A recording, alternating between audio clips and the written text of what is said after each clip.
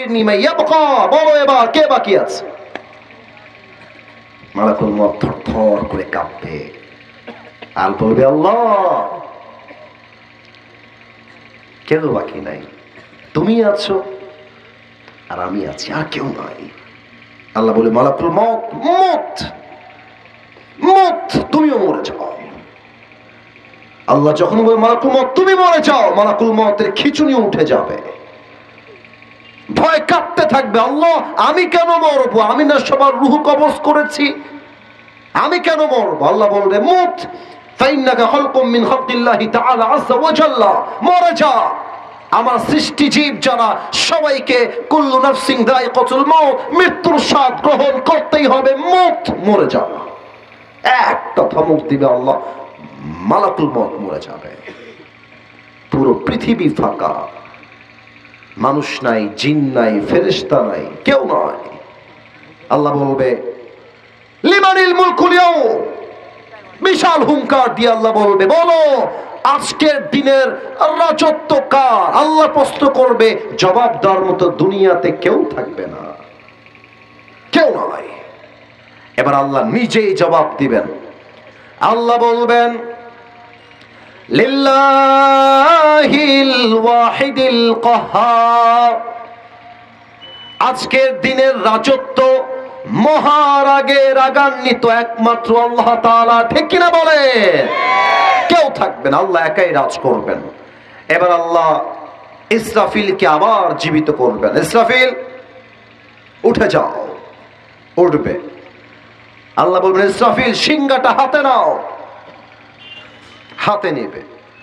আল্লাহ বলবেন এবার তোমার সর্বশেষ ফু দাও। একটা ফু দিবে, শেষ ফু।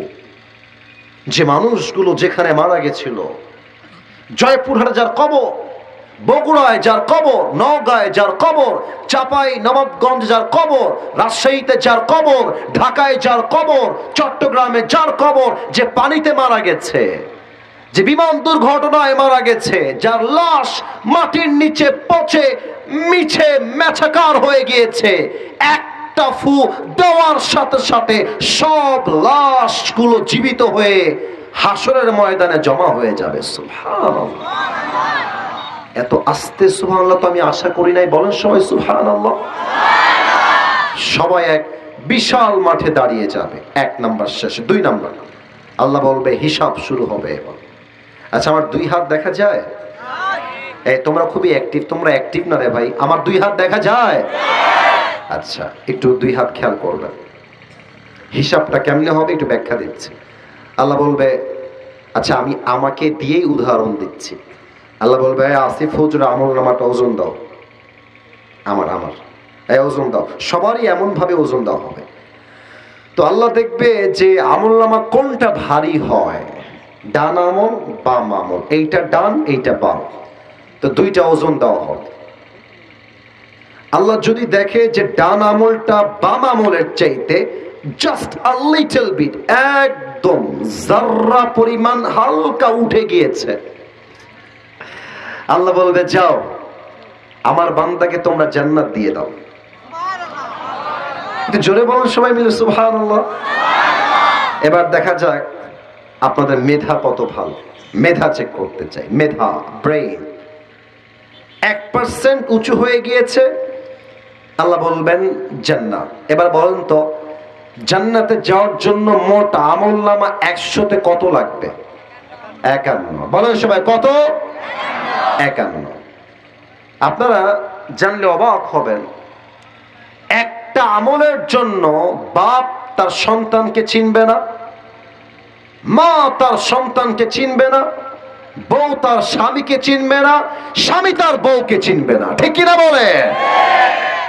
কিয়ামতের কঠিন ময়দানে প্রথম হিসাব কি বিষয় হবে?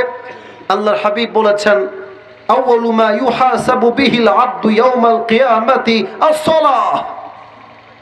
কিয়ামতের দিবসে প্রথম হিসাবটাই হবে নামাজ নিয়ে। আওয়াজ দিয়ে বলেন সবাই, ঠিক কিনা? আপনারা সবাই ডক্টর মিজানুর রহমান আজহারী হুজুরের নাম তো শুনেছেন? ছি ছি, এত আস্তে কইলে মান সম্মান থাকে, শুনছেন না আপনারা সবাই? যুবকদের তো কলিজার টুকরা তিনি। আপনারা হয়তো জানেন অনেকেই যে 22শে ফেব্রুয়ারি মিজানুর রহমান আজহারি হুজুর আমাদের চাঁপাইনবাবগঞ্জে আসছেন। আমি বলেছিলাম আমার একটা মাহফিলে যে আমাদের রাজশাহীর চাঁপাইনবাবগঞ্জের তাফসীর মাহফিলটা পুরো বাংলাদেশের সমস্ত রেকর্ডকে ভেঙে দিবে ইনশাআল্লাহ। এবং আমার বিশ্বাস রাজশাহীর মানুষ এরা ইসলামকে কলিজার থেকে ভালোবাসে, ঠিক কিনা বলে? ওনার একজন নানা ছিলেন, আজহারির নানা, হয়তো তোমরা যুবকরা চিনতে পারো, না চেনা হয়তো বা না। নাম হচ্ছে গোলাম সারোয়ার সাইদি হুজুর। দেখবেন চেহারা খুবই সুন্দর, বয়স 50+ কাছাকাছি। যারা ফেসবুক ইউজ করেন তারা হয়তো বা অনেকবার দেখেছেন। উনি তার ওয়াজে একটা কথা বলতেন প্রায় সময়, এ কথা আপনার কলিজায় গিয়ে সোজা আঘাত করবে। উনি বারবার বলতেন, নামাজ নাই যা, ঈমান নাই তা। নামাজ নাই যা, মুসলমান হিসেবে পরিচয় দেওয়ার কোন যোগ্যতাই তার নাই, ঠিক কিনা বলে? এবার বলেন তো, ইসলামের দ্বিতীয় খলিফা নাম কি ছিল? কে বলতে পারে দ্বিতীয় খলিফা? পিচ্ছি দেখছেন, খেয়াল করছেন? খুব সুন্দর। তোমার নাম কি বাবু কলিজা? আব্দুল আলিম। আব্দুল্লাহ, আচ্ছা মাশাআল্লাহ। দেখেছেন, আপনার পারবেন না আমি তা বলি নাই, আপনারাও পারবেন। তবে খেয়াল করেন, পিচ্ছি যুবকটা যতগুলো প্রশ্ন করেছি সঠিক ঠিকঠাক উত্তর দিয়েছে। আমার বিশ্বাস ওকে যদি ইসলামের দায়ী বানানো হয়, ও ডক্টর জাকির নায়কের মতো পুরো বিশ্বে ইসলামের কাজ করতে পারবে, ঠিক কিনা বলে? আল্লাহকে কবুল করুন, পরের সবাই আমিন। এবার পিচ্ছি নয়, সবাই বলবেন, সবাই বলবেন, ইসলামের দ্বিতীয় খলিফার নাম কি? ওমর ফারুক রাদিয়াল্লাহু তাআলা আনহু। ওনার কাছে একজন কাফের নাম হলো আবু লু'লু আল মাজুসি। লম্বা ঘটনা, শর্টকাটে বলেই দোয়ার দিকে যাব। এসে বলছে, ওমর তোমার কাছে একটা অভিযোগ আছে, আমার বড় অভিযোগ। ওমর বলছে, বসো বসো বসো বসো, কি বলবা বলো। বলছে, ওমর ইয়া খলিফাতুল মুসলিমিন, আমি আসলে একজন গোলাম, আমি কাজ করে খাই, কিন্তু আমার মালিক প্রত্যেক দিন আমার কাছে 6 দিরহাম করে চার্জ করে, 6 দিরহাম। তো তুমি একটু কথাবার্তা বলে 6 দিরহাম নয় 2 দিরহাম করে দাও, এত দিরহাম আমি দিতে পারবো না। ওমরে ফারুক ডাক দিয়ে বলছে, অসম্ভব, আগে আমার কারণটা জানতে হবে, কি কারণ তোমার দিরহাম কমাবো, তুমি কি কাজ করে খাও আমাকে বলো। ওই যুবক ডাক দিয়ে বলছে, ওমর আমি প্রত্যেক দিন খঞ্জর বানাই, চাকু। চাকু কেমন চাকু? আমার ডান হাত দেখেন, ডানেও চাকু বামেও চাকু, মাঝে হলো একটা বিশাল লম্বা হ্যান্ডেল, এটার নাম হলো আরবিতে খঞ্জর। বলছে, ও আচ্ছা, তুমি চাকু বানাও? তোমার তো ব্যবসা 2 টাকার নয়, লাখ লাখ টাকার ব্যবসা। তোমার তো 6 দিরহাম নয় 10 দিরহাম চার্জ হওয়ার কথা। কাফের এই কথা শুনে রেগে মেগে ফায়ার। বলছে, ও আচ্ছা ওমর, বুঝতে পেরেছি, সবাই যেহেতু মুসলমান তাই তুমি সবার বেলায় নো, আর আমি যেহেতু কাফের তাই তুমি আমার বেলায় গরম, তাই না ওমর? তোমাকে আমি হত্যা করে ছাড়বো। হত্যা, হুমকি দিয়ে বের হয়ে গেছে। আর ওমরে ফারুক দেখেন আমার দিকে, হা করে তাকায় আছে। আরে বেটা কয় কি, কারে হুমকি দেয় এই বেটা? ডান দিক দিয়ে বের হয়ে গেছে, বিশাল লম্বা। ওমরে ফারুককে হত্যা করবার জন্য বিশাল লম্বা একটা খঞ্জর বানিয়েছে। এবার সবাই আমার পেটের ডান দিকে দেখবেন। আমি জানি পরিপূর্ণ দেখা যাবে না, আমি জানি, বুঝতেছি, যতটুকু দেখা যায়। আব্বা জান, যুবক ভাইরা, আমার পেটের ডান দিকে দেখবেন সবাই, যতটুকু দেখা যায়। প্রত্যেকটা আরব সর্দারের পেটের এই জায়গাতে একটা বিশাল লম্বা খাপ থাকতো, খাপ। এই খাপে তারা লম্বা লম্বা খঞ্জর রাখতেন শত্রুপক্ষকে অ্যাটাক করার জন্য, অথবা শত্রুপক্ষের অ্যাটাককে ডিফেন্স করার জন্য। ওই কাফের বিশাল লম্বা খঞ্জর বানিয়ে পেটের ডান দিকে রেখেছে। এবার সে প্ল্যান করছে ওমরকে হত্যা করবো কেমনে। প্ল্যান করে করে বের করেছে, বিশাল লম্বা একটা চাদর নিয়ে আসছে। আমার কাছে চাদর নাই, আমি রুমাল দিয়ে তো নাই, এটা আমার কাছে টিস্যু আছে, টিস্যু দিয়ে বোঝাচ্ছি। দুইটা পাট দুই দিকে ঝুলিয়ে দিয়েছে, দুই পাট। এই ডানের এই চাদরের পাটটা এইভাবে নিয়ে এমনে পুরো মুখ ঢেকে ফেলেছে, একদম ছদ্মবেশ মুনাফিকের রূপে। এবার ওমরে ফারুকের পেছনে নামাজ পড়বার জন্য আসছে। ওমরে ফারুক ইমাম হয়ে আসছেন, ডাক দিয়ে বলছেন, সফু সুফুফাকুম, কাতার সোজা করে লম্বা হয়ে দাঁড়াও, কাঁধে কাঁধ মিলিয়ে দাঁড়াও।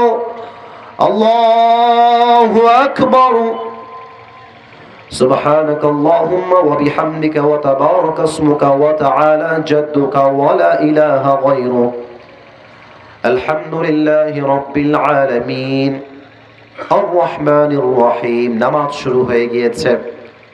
ওমরে ফারুক রাদিয়াল্লাহু তাআলা আনহু সানা পাঠ করেছেন, সূরা ফাতিহা পাঠ করেছেন, এরপরে একটা লম্বা কিরাত মিলিয়েছেন।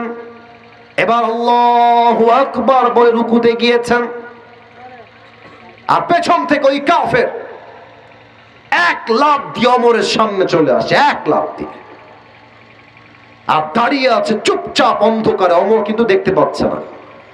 ওমরে ফারুক রুকুতে গিয়ে পাঠ করছেন, সুবহান রাব্বিয়াল আযীম, সুবহান রাব্বিয়াল আযীম। তাসবিহ যখন পাঠ শেষ, এবার ওমরে ফারুক বলছেন, সামিআ আল্লাহু লিমান হামিদা। দাঁড়িয়ে গেছে। সঙ্গে সঙ্গে ওই কাফের বিশাল লম্বা খঞ্জর নিয়ে সোজা ওমরের পেটের ডান দিক থেকে বামে এক পা, বাম দিক থেকে ডানে এক পা, আবার এখান থেকে আর একবার, তিনটা আঘাতে ওমরের পেট কেটে নাড়ি ভুড়িগুলো সব বের হয়ে গেছে। ওমরে ফারুক চিৎকার দিয়ে বলছেন, কতালানি আল কাল, কে আছো বাঁচাও, আমাকে একটা কুকুর হত্যা করেছে, কে আছে দৌড় দাও। ওমরে ফারুক অজ্ঞান হয়ে পড়ে গিয়েছে। আর ওই কাফের ওমরকে আঘাত করে পেছন দিক দিয়ে পালিয়ে যাচ্ছে। কাফেররা এত চালাক হয়, ওদেরকে ধরা এত সহজ নয়। নামাজের মাঝে একজন সাহাবী চিৎকার দিয়ে বলছেন, খুযুহু, ধরো। 7 জন সাহাবী নামাজের মাঝে ওকে ধরতে গেছে।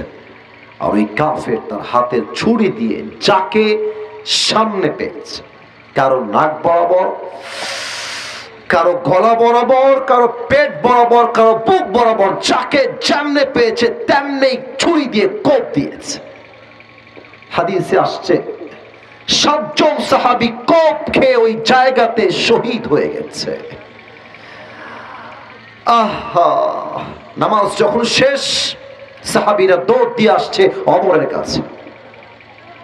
2 জন ডাক্তার আসছে।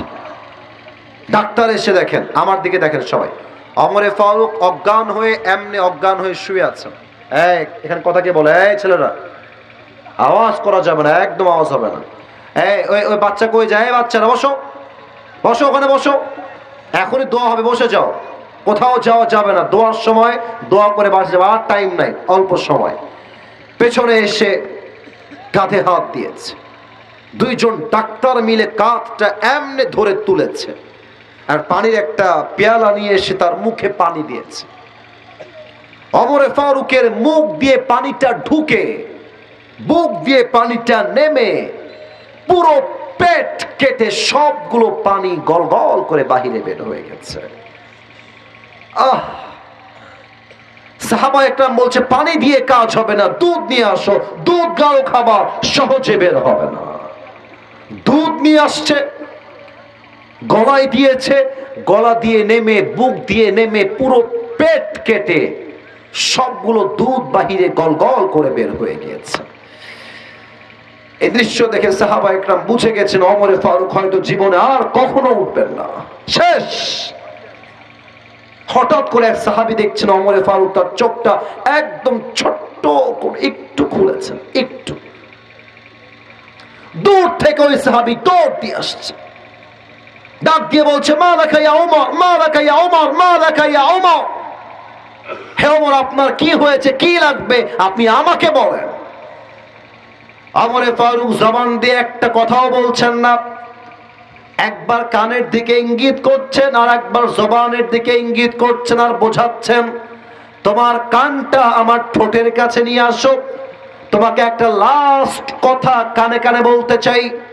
ওই সাহাবী দূর থেকে দৌড় দিয়ে এসে কানটা ওমরের মুখের কাছে এমনি দিয়েছে, আর ভাবছে হয়তো আমাকে বলবে, এই সাহাবী, আমার বউকে তোমরা দেখে রেখো, সন্তান দেখে রেখো,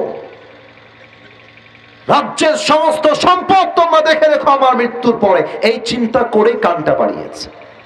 কিন্তু ওমরে ফারুক তার জীবনের শেষ মুহূর্তে একটা কথা বলেছেন, এই সাহাবী, সন্তান, বাবা, মা, বউ, রাজ্য, সম্পদ, গাড়ি, বাড়ি, কোনো কিছুর খবরের দরকার নাই, আমাকে জাস্ট একটা খবর দাও, আসল্লান নাস, আসল্লান নাস।